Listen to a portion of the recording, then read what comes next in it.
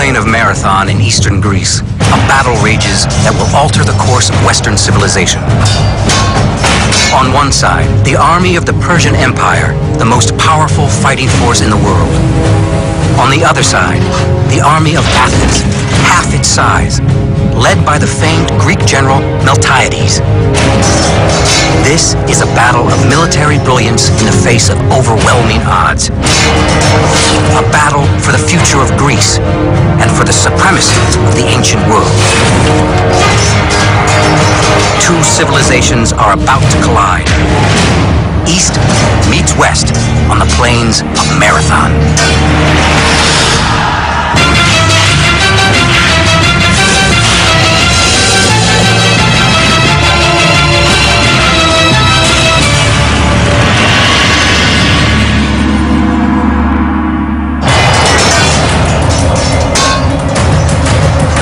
Death comes swiftly. For 6 days, a brutal attack by a faceless invader stains the soil red.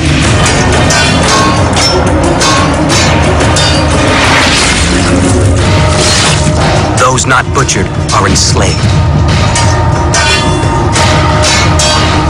The aggressors are the heavy infantry of the mighty Persian Empire.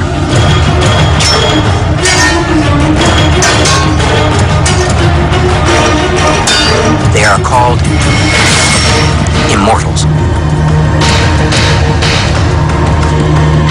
The victims are residents of the island of Euboea in the Greek city of Erέτρια. 600 Persian warships had set sail on the Aegean Sea and swallowed every Greek island in their path. But Euboea is not their final destination. They're heading to Athens. The goal, total destruction. They move across, there's an island chain across the eastern Mediterranean in an island-hopping campaign, much like the United States did during World War II in Japan, of capturing small islands, turning them into logistics bases, and then finally being in a position where you could attack Athens. Nothing stops the Persian war machine. From Eretria, they set sail for Athens. Persians eat cities the size of Athens for breakfast. They are so confident of success that they load up their ships with marble along the way so they can build a victory monument once they burn Athens to the ground. The Persian Empire is enormous. Its borders extend from the Indus River in India to the Nile River in Egypt. Persia was the greatest empire the world had ever known, not only in geographic terms, but in manpower terms, millions and millions of people. Also, one of the highest cultures that the world had known, in everything from architecture to art to writing to design. And she was a multinational empire. There were more nationalities and religions in the Persian Empire than had ever existed in any empire before. By contrast, Athens is merely one in a loose collection of Greek city-states. What we now call modern Greece, you'd have to imagine at this time, was not really a nation, but comprised of a number of city-states, ranging all the way in the north from Macedonia down to Athens, Corinth, Sparta, all those states whose names pop up in history. Each city-state was a self-contained society, had its own lands, its own army. But aboard his warship, the Persian commander Datis cares about only one of these city-states, Athens. He's so confident he'll be able to destroy this historic city, the only question in his mind is exactly how he'll destroy it. He can either attack Athens directly from the sea, is one possibility. This is a bit difficult. Athens is walled, and an amphibious assault from the sea against opposition is pretty iffy business. So he decides not to attack Athens head-on, rather to pick a spot about 25 miles away from the city along his line of route, and to land there. And figured one of two things would happen. Either the Greek army responds and comes out to meet him, or he would land, assemble his army, and simply march on to Athens from the ground. So given the choice between the land campaign or an amphibious landing of Athens itself, he chooses the land campaign. Datis directs his fleet of 600 ships about 26 miles away from Athens, at Marathon. He moors his ships in Marathon Bay and disembarks on the skinniest beach. The Persians then make camp on the northeast side of the plain, next to the Great Marsh. Persian army is about to slam into Athens like a Category 5 hurricane. The Athenians know surrender isn't an option, but they're divided on how to prepare. Should they hunker down behind the city walls or march out to meet the Persians in battle? Some in Athens believe that an open field battle against the Persians is suicide. But one Athenian disagrees. His name is Miltiades, and he has a personal history with the Persians. Miltiades is a very interesting character.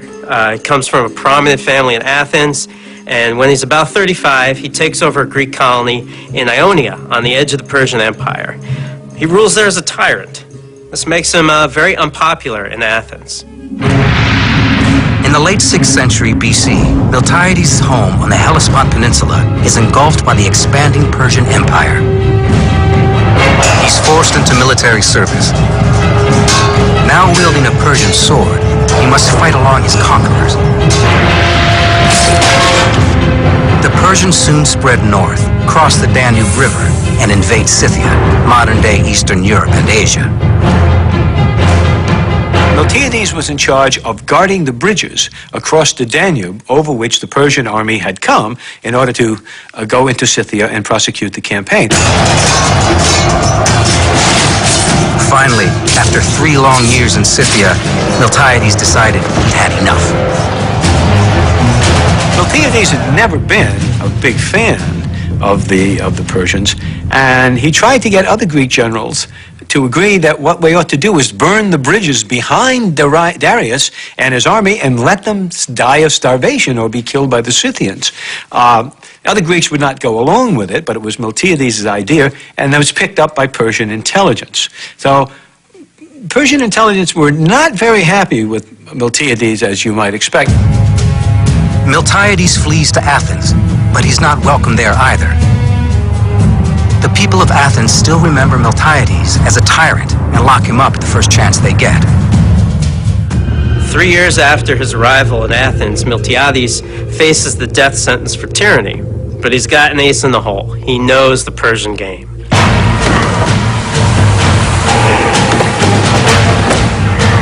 And the Persians are on their way, looking to destroy Athens. The Athenians not only spare Miltiades' life, they make him a general. But Miltiades has to wonder which fate is worse, execution or being hacked to little bitty bits by the Persian warriors. Miltiades chooses to face the Persian blade, and rather than hide behind the walls of Athens, he wants to meet the Persians on the battlefield. But the final decision on whether to fight is not his to make. Athenian democracy extends to the army too. So when an argument erupts over what to do at Marathon, the Council of 10 generals must decide what to do.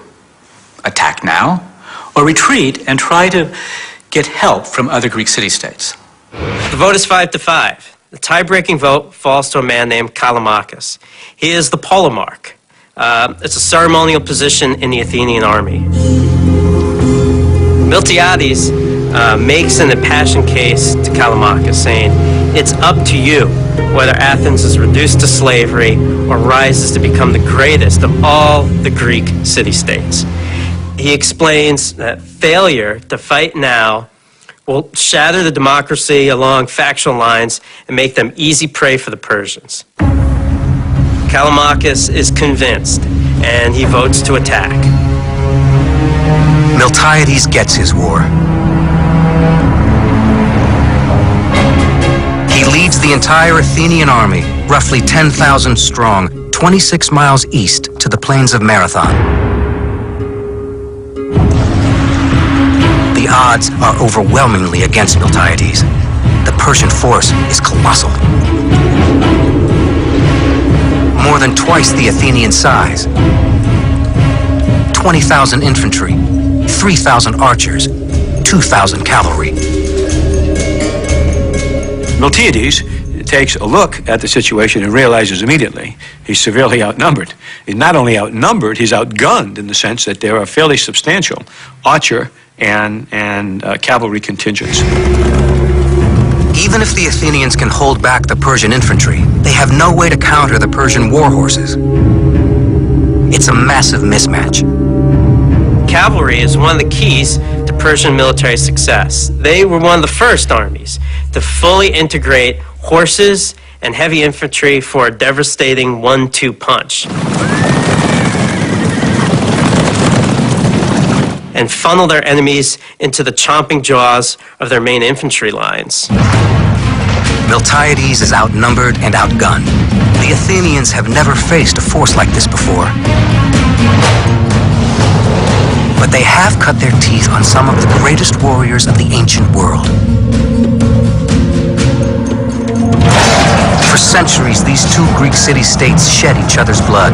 But 50 years before Miltiades faces the Persians, a conflict erupts between the Greek neighbors that will ultimately lead to the Battle of Marathon. It's 540 BC, 50 years before the Battle of Marathon.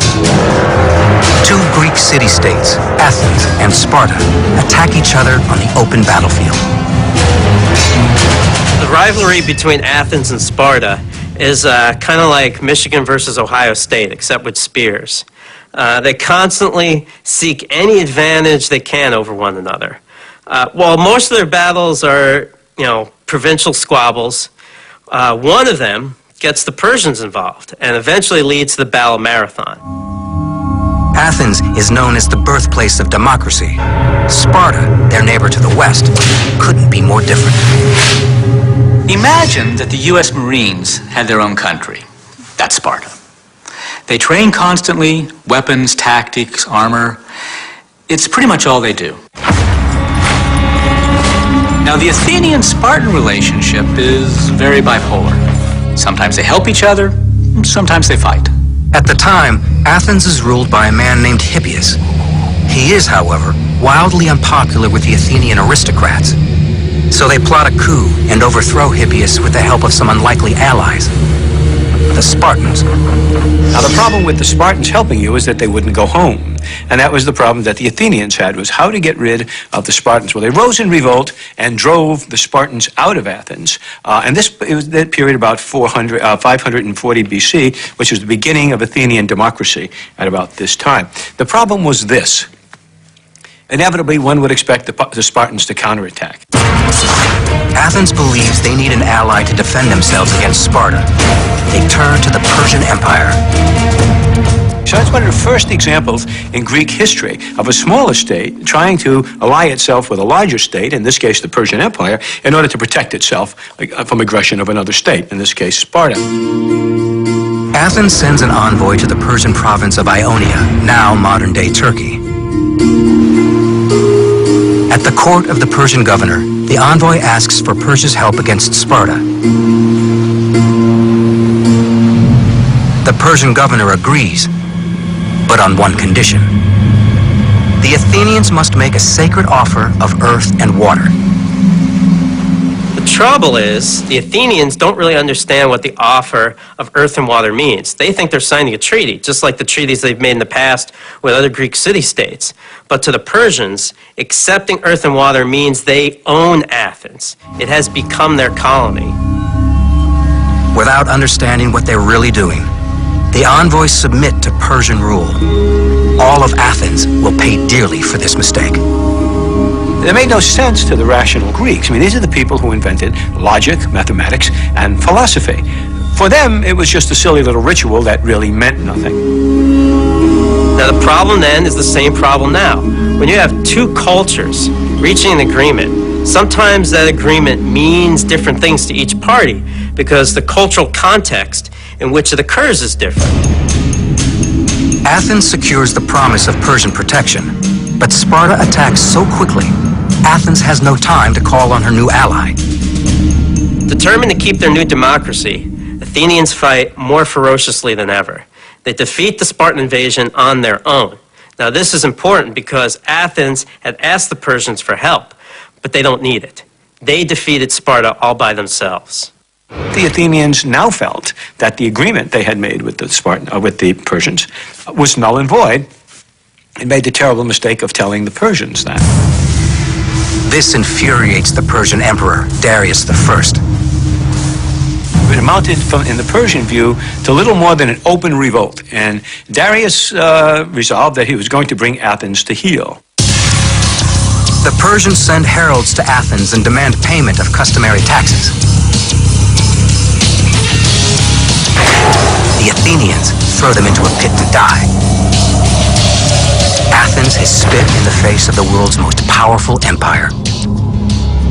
Throughout history, alliances often come with unintended consequences, but few have the magnitude of the treaty between Athens and Persia. If the Athenians never asked for Persian help against the Spartans, the world might be a completely different place today. It sets off centuries of conflict between the East and the West. And the first major battle is Marathon, where more than 20,000 Persian infantry, cavalry, and archers are preparing to burn Athens to the ground. The Athenian general Miltiades and 10,000 Greek infantrymen are colossally overmatched. But Miltiades does have one advantage. How does he offset the inferiorities that he suffers relative to the Persian forces? And the answer, as almost always in antiquity, is the same. Terrain, terrain, terrain. Location, location, location. Historians debate the exact route the Persians would have taken to get from Marathon to Athens. Some believe they would have taken the coastal road, a route that passes through the Vrexiza swamp. But then you would have had to go through a swamp, which was doable. But then you would have been a problem where the Persian army would have been in column of march, trying to gain the road with the Athenian army on its flank. Always a bad idea. The only other way to Athens is through the mountains, beginning at the Vrana Valley. If the Persian army intends to invade Athens, it's got to go through the mouth of that valley. And it's not very wide. It's not very wide. So what Miltiades does, he decides to block the valley. And he deploys his troops in the mouth of the Vrana Valley in order to make it impossible for the Persians to advance further. Miltiades has positioned his infantry in the valley like a cork in a bottle. The Athenian phalanx is made up of lines of tightly organized, interlocking warriors. They can move forward and back easily, but not side to side. The phalanx formation is incredibly effective at holding ground and moving forward. With rows of men packed tightly together, they use each other's overlapping shields to form an armored wall. Miltiades anchors his flanks on the rocky sides of the hill and then goes about chopping down trees to put them on the flanks as well. Why does he do this? He's well aware of the fact that the weakness of the Greek phalanx is its flanks. Whenever it has died in battle, it has died because it's been taken in the flanks, either by another phalanx or mostly by cavalry. In the valley, the flanks of the phalanx are well protected. So you're not going to rely on the steepness and the rocks alone. You pile it with brush and trees and logs so that there can't be any cavalry attack. So just by positioning his troops where he has essentially taken the cavalry out of the fight. Brilliant maneuver. The Persian commander Datis is not concerned and assembles his infantry. For 3 days, the Persians line up for battle. But the Greeks choose not to engage them and stay in their protective zone. It wins the day if there's no fight at all. Its job essentially is to protect Athens by blocking the road. So if you would like to stay here for several weeks, that was quite okay with Miltiades. It's not okay, of course, with the Persians. Finally, the frustrated Persians initiate an attack. The Athenians form up for battle. But the Persians do not immediately send in their infantry. They first launch a blistering barrage of arrow fire.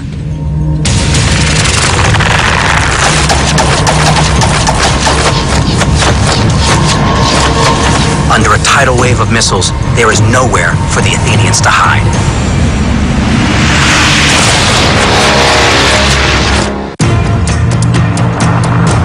.490 BC. It's the Athenian Greeks versus the mighty Persians on the plains of Marathon. The Persians draw first with a devastating arrow attack.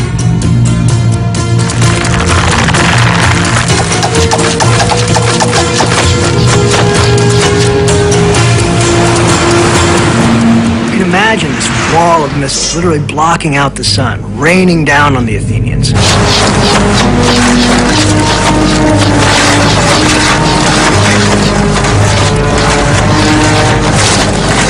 But you know what? The Athenians brushed the arrow fire away like annoying gnats.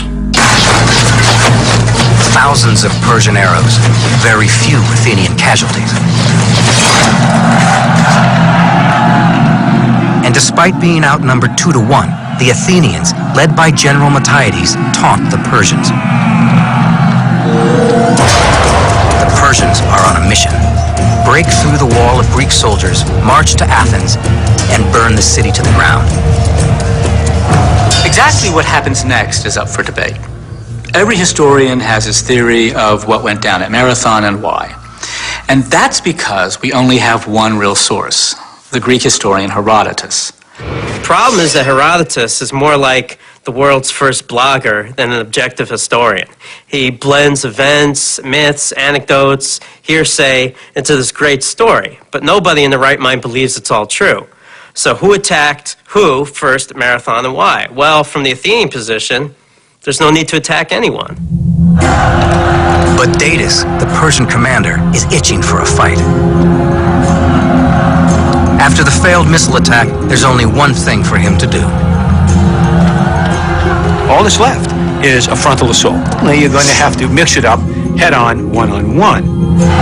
10,000 Persian light infantrymen charge across the Marathon plain. Waiting for them is the Athenian phalanx, a bronze wall of spears and shields.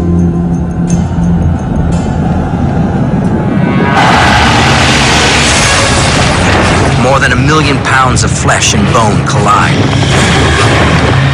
Helping the Athenians create this wall is the hoplon shield. The Greek shield, known as the hoplon, is more than just a glorified garbage can lid. It's a revolutionary innovation in warfare. The hoplon is a large, circular, bowl-shaped shield made of wood and faced with bronze. It can withstand arrows and punishing sword blows without splintering. But what makes it truly remarkable is what's called an Argive grip. The soldier passes his arm through a leather loop in the middle of the shield and holds onto a handle near the rim. And why this is important is it gives you very good control, much more force with the shield, whereas the old tether grip in the center wouldn't allow you to produce a lot of force with it. The Athenians stop the crushing charge. Now they go on the offensive.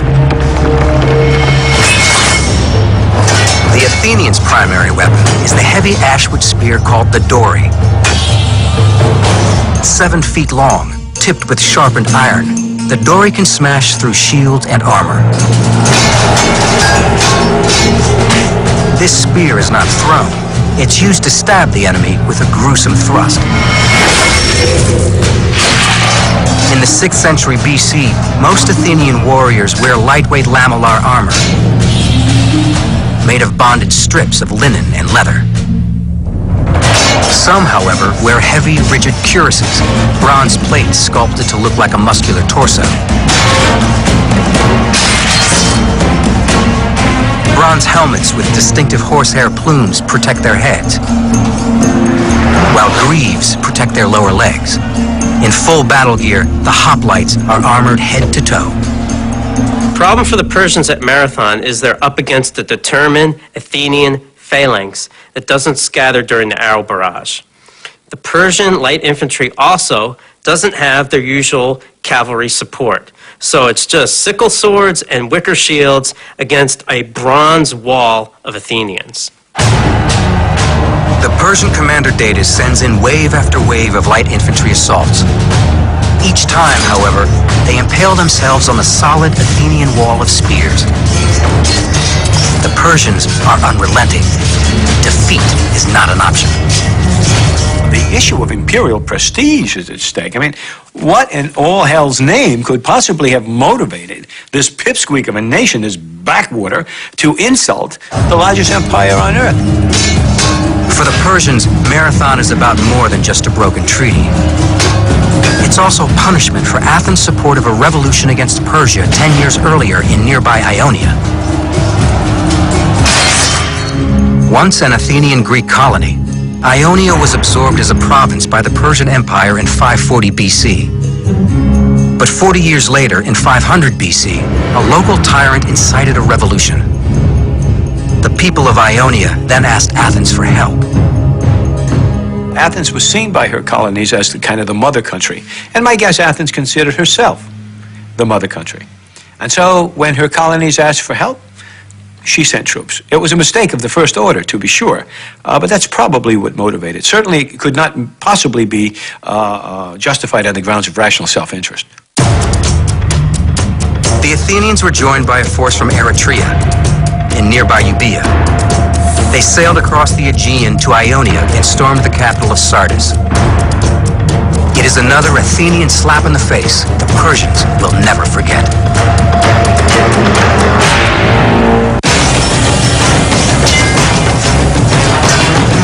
500 BC, 10 years before the Battle of Marathon, the Ionian Revolt has begun. Several Greek contingents, including Athenians, attacked Persian-controlled Sardis, the Ionian capital, and burned the city to the ground. To make matters worse for Persia, at the same time they are fighting wars in India, Egypt, and Scythia. The Ionian rebels score a major blow, but the victory is short-lived. The Persians increase their force levels and begin to suppress the Ionian revolt. The Athenians, knowing that discussion was the better part of valor, went home, as did the Euboeans. And the Ionian revolt simmered on and off for the next 5 years until it finally simmered out and flared out, and Persia recaptured the Ionian coast. But the Persian king Darius is furious. He vows vengeance.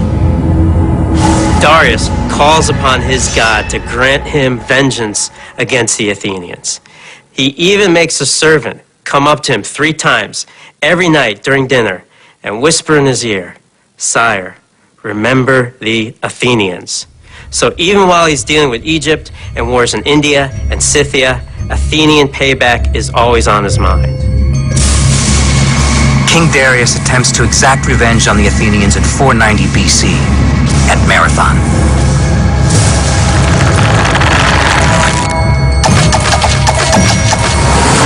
But so far, the Athenians have survived a massive Persian missile attack.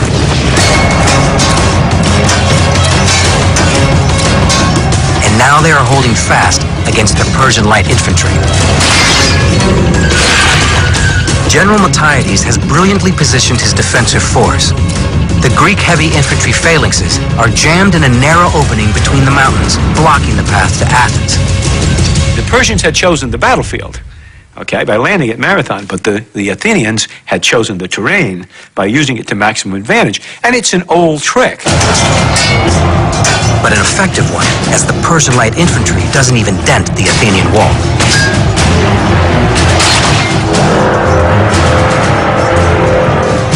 The Persian light infantry retreats, but now Miltiades must face the elite force of the Persian army, the heavy infantry, the Immortals.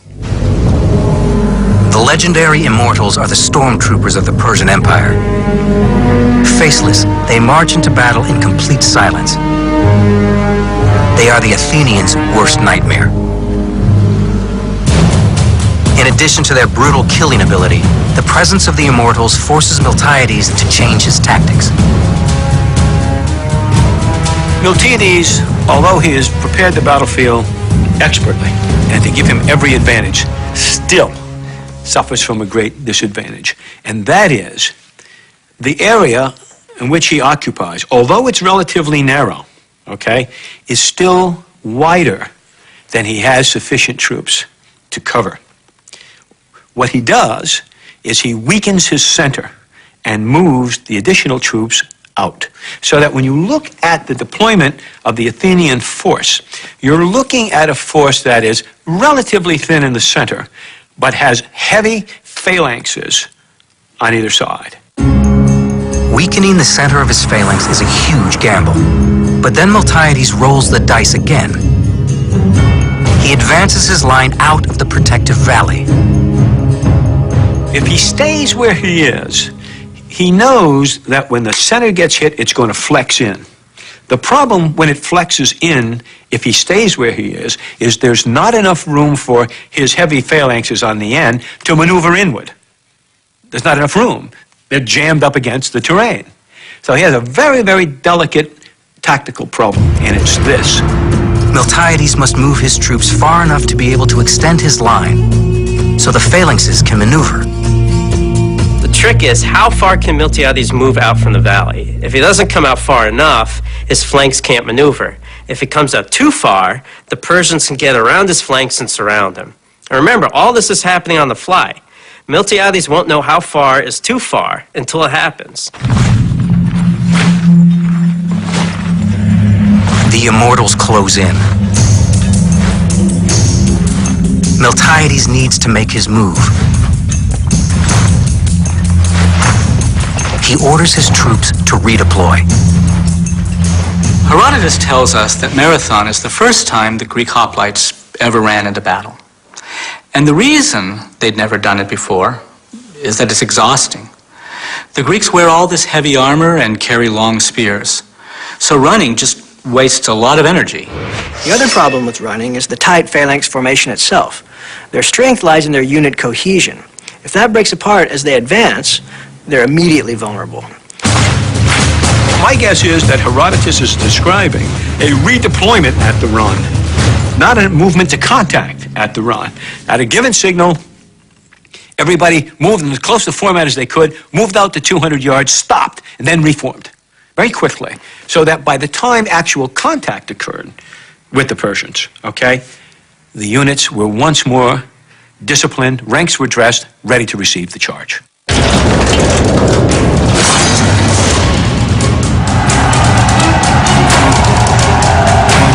While historians debate many aspects of the Battle of Marathon, most agree about what happens next, an apocalypse of violence.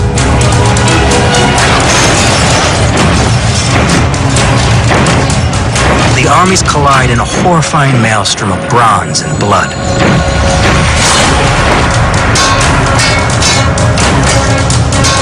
The battle is so intense that some Greeks report crazed visions of ghost warriors who crash through the lines and cut down men at random.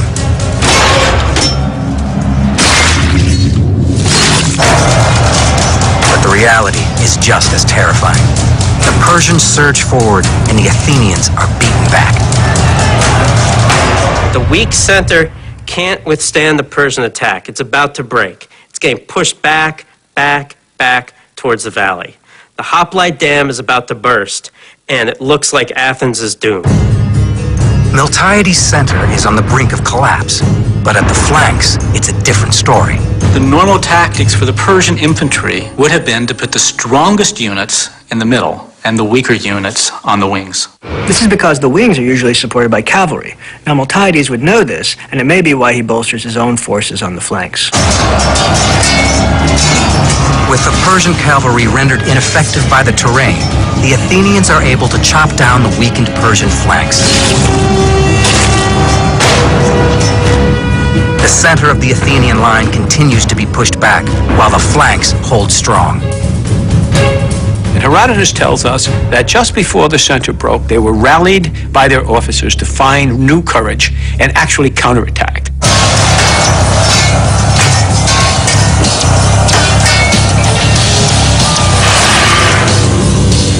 They counterattacked enough to stop the forward movement in the center. And at that point, the heavy phalanxes on the wings, bang, closed in on the side. Took them in the flanks, literally had them in the V, and literally slaughtered them. In a daring stroke of military brilliance, Miltiades has completely turned the tables on the Persians.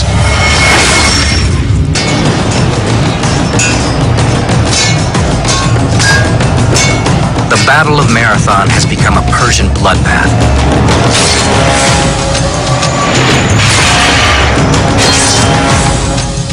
While keeping his flanks anchored, the Athenian general Miltiades has pulled the center of his line back, drawing the Persian infantry into a death trap.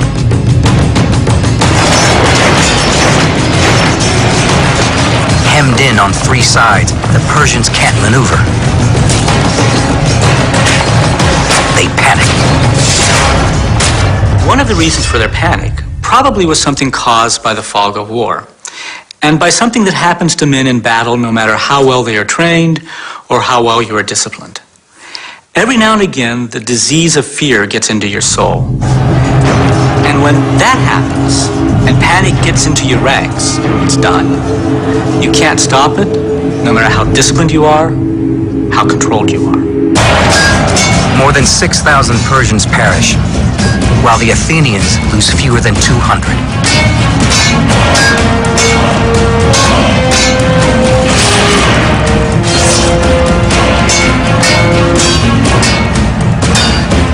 Among the Athenian dead, however, is Callimachus, whose tie-breaking vote pushed the Athenians into battle. Some cite Marathon as the first known example of the pincer maneuver, or what's called a double envelopment. But this isn't truly the case because Miltiades only uses one force, so he does not completely envelop the enemy. The Persians still have an avenue of retreat. And they use it. The Persians race back toward the beach. Some say the Athenians immediately chased the Persians back to their ships, but this is pretty unlikely since the Athenians would be completely exhausted at this point. What likely happened is Miltiades and his men rested until they were able to go back on the offensive. It took a considerable time for the Persians to try to grab what's left, their wounded, their horses, and put them try to get them on the boats. It might have taken, several hours, 8 to 10 hours. At some point, the Greeks were rested, and at some point, they reformed, and now they began, pursuit is too strong a word, they began literally marching towards the beach in order to encourage, let us say, the Persians to leave. Fighting breaks out again as the Persian rear guard tries to protect the retreat.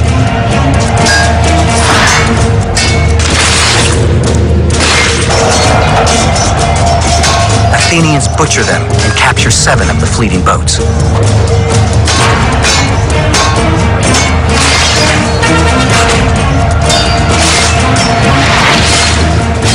Herodotus recounts a story where a Greek soldier grabs a boat with his left hand and has it chopped off by the fleeing Persians. Undaunted, he grabs the boat with his right hand. It also gets chopped off. So the Greek soldier bites the boat and tries to hold it on the beach with his teeth. This is the kind of hyperbole that Herodotus is known for. The Athenians rout the Persian infantry, but the danger isn't over yet.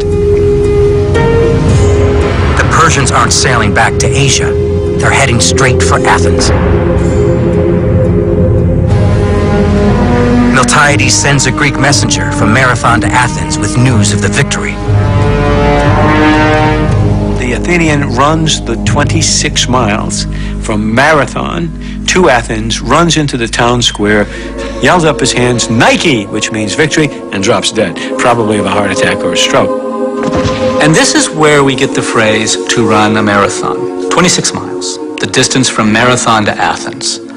But at the same time that this inaugural race is being run, Miltiades realizes that the fight is not yet over. Once Miltiades realizes what the Persians are doing, he sends another runner back to Athens to alert them. Then he assembles his troops for a forced night march back to the city.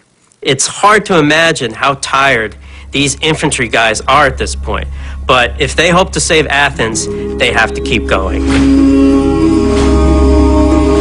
The Athenians march all night long. It's difficult to know how long it would take the Persian ships to sail to Athens from Marathon, a distance of about 62 miles by sea. While a ship of that day could make the trip in about 10 hours, a lot would depend on the currents, weather condition, weight that the ship was carrying. Also, it's possible that some of the ships with the cavalry might have already sailed for Athens a day or so before. So Miltiades can't be sure if he had won the battle and lost the war. Early the next morning, the Persian commander Datis enters the Athenian harbor with his 600 ships. On the walls of the city, he sees Miltiades and the entire Athenian army. Datis takes one look at this, understands the difficulties involved of carrying out an opposed amphibious landing, decides better of it, turns to the coxswain, turn the boat around. The fleet turns around and sails back to Persia. And Athens remains free. As the Persians sail away, the Athenian infantry can finally celebrate their amazing victory at Marathon. To commemorate the victory, the Athenians build one of the most iconic buildings in human history, the Parthenon, a massive temple to the goddess Athena. Carved into the wall of the Parthenon are 192 figures, one for each of the Athenians slain at Marathon. After the defeat at Marathon, Datis returns to the court of King Darius. Some suggest he's executed for his failure. And while there's no evidence for this, history never hears from Datis again. But what we do know is that Darius was furious. Furious because this pygmy little barbaric state has insulted the great empire of Persia yet again and got away with it. Darius swears in his mind that if he lives long enough, he will have his revenge on the Athenians. As it turns out, of course, he doesn't live long enough. Persian revenge for Marathon falls to Darius' son, Xerxes, who 40 years after Marathon personally travels to Greece to fulfill his father's wishes. This transmission of the desire for revenge against Athens sets up, 40 years later, one of the signature battles of Western military history, the last stand of the 300 at the pass of Thermopylae. At Thermopylae, the great Spartan commander Leonidas uses the same tactics against the Persians that Miltiades did nearly half a century earlier at Marathon.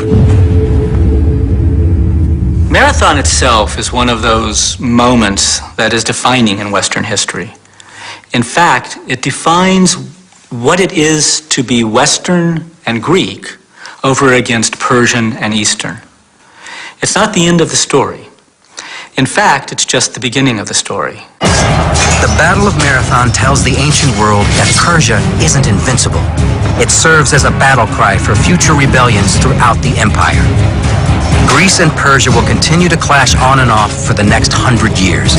The struggle catapults Greece from obscurity into the center stage of the ancient world. It all begins on the blood-soaked plain of Marathon.